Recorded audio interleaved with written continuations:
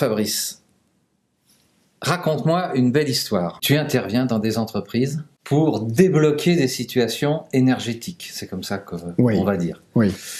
Et il y en a une en particulier dont j'aimerais bien que tu me parles. Oui, la plupart du temps, les chefs d'entreprise qui sont sensibles un petit peu à ces domaines de conscience un peu plus ouverts, savent que parfois, pourquoi dans une entreprise, bien qu'on crée des nouveaux produits, qu'on ait des nouvelles stratégies, etc., les choses ne bougent pas, ça reste bloqué. Les équipes sont parfois inertes ou bloquées elles-mêmes. C'est comme si l'ambiance en fait, de l'entreprise était bloquée.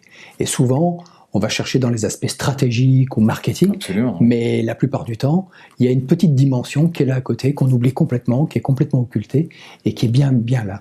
Un cas, par exemple, que je retrouve, c'est notamment dans les réseaux informatiques. Il faut savoir que tout ce qu'on appelle, qu'on trouve d'ailleurs dans les maisons, oui. c'est la même chose, les parasites, les entités, ce qu'on appellerait les esprits ou des choses comme ça, ou même des âmes de défunts, qui sont très différents de ce que je viens de citer dans l'approche des entités. En fait, ces énergies-là, pour rester sur le plan terrestre, sont obligées de venir aussi se nourrir d'autres types d'énergie terrestre, que ce soit autour de vos énergies, dans vos appartements, dans votre maison ou dans la compagnie.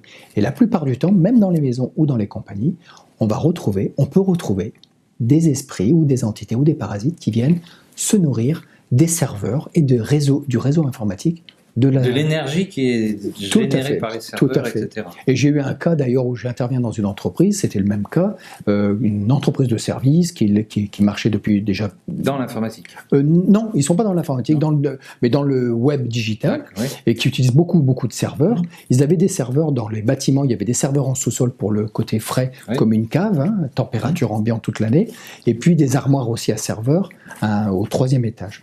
Et en fait, au départ, une partie des serveurs était même dans la cave de la maison des propriétaires. Et en fait, au lieu de m'emmener directement travailler dans les bureaux de la compagnie... parce que ça qu'il faut dire aussi. Tu poses des questions et tu utilises des baguettes. Exactement, c'est ça. Il y a une méthode.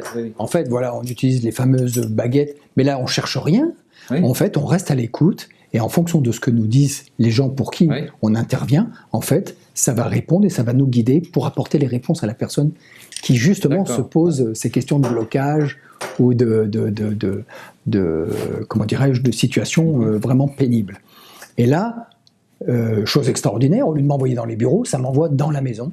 Et arrivé dans la maison, en fait, ça m'envoie en sous-sol, là où il y a les serveurs. Et la première chose que ça m'indique, présence d'une énergie qui est là, confortablement installée sur les serveurs et qui se nourrit.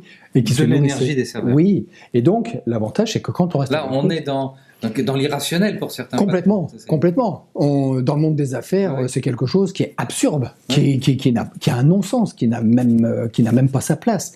Mais comme je dis, aujourd'hui, la nouvelle génération des chefs d'entreprise, qui eux-mêmes ont des consciences beaucoup plus évoluées, qu'on peut dire qu'il y a 10 ans, 20 ans, 30 ans, sont, je dirais, très intéressés par ces aspects-là, et sont ouverts. Donc, quand je leur explique que moi, je vais juste écouter, je descends dans le sous-sol, et je vais sur les serveurs, et là, on me confirme qu'il y a une présence entité parasite sur les serveurs, et que je dois faire le travail pour comprendre pourquoi elle vient à la rencontre de ces serveurs et aux propriétaires de ces serveurs qui sont aussi les propriétaires de la compagnie. Ça, Donc il y a tout un processus de prise de conscience qui s'est fait au niveau des propriétaires et ils ont très très bien compris.